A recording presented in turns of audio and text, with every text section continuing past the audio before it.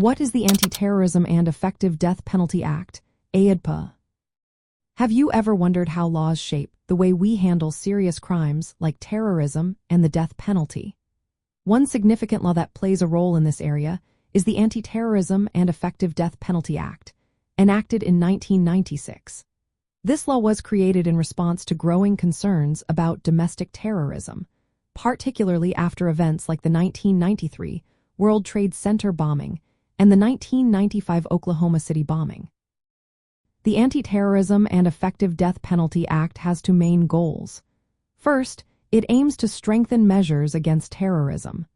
Second, it seeks to reform legal processes related to the death penalty, especially in terms of appeals and habeas corpus petitions. From a true crime perspective, this law is important because it affects how terrorism-related crimes are prosecuted.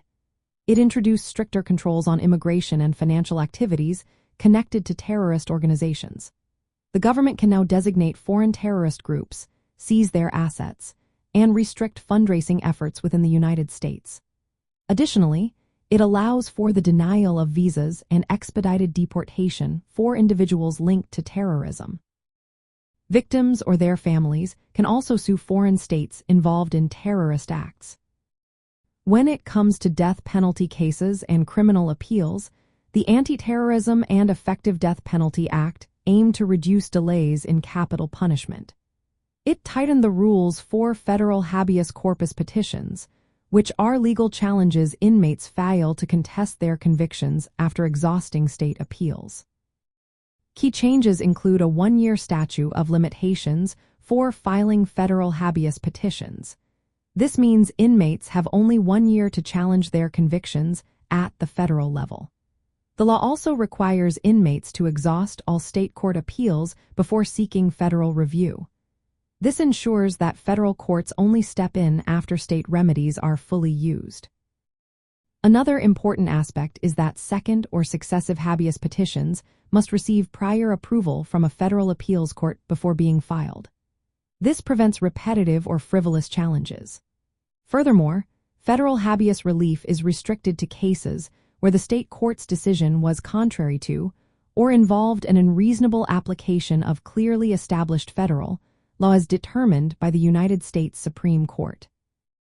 This raises the standard for overturning state convictions at the federal level.